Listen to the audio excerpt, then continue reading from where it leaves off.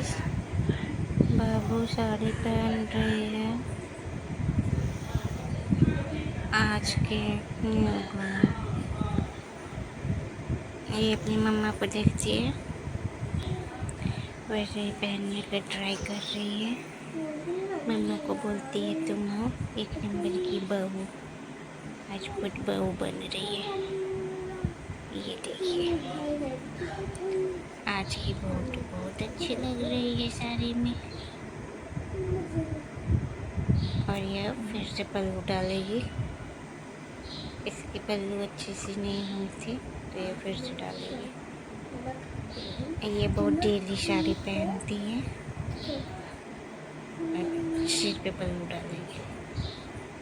ये देखिए, सिर पे पल्लू डाल दिया। अब ये देखिए क्लचर से लगा देगी, गिरी नहीं।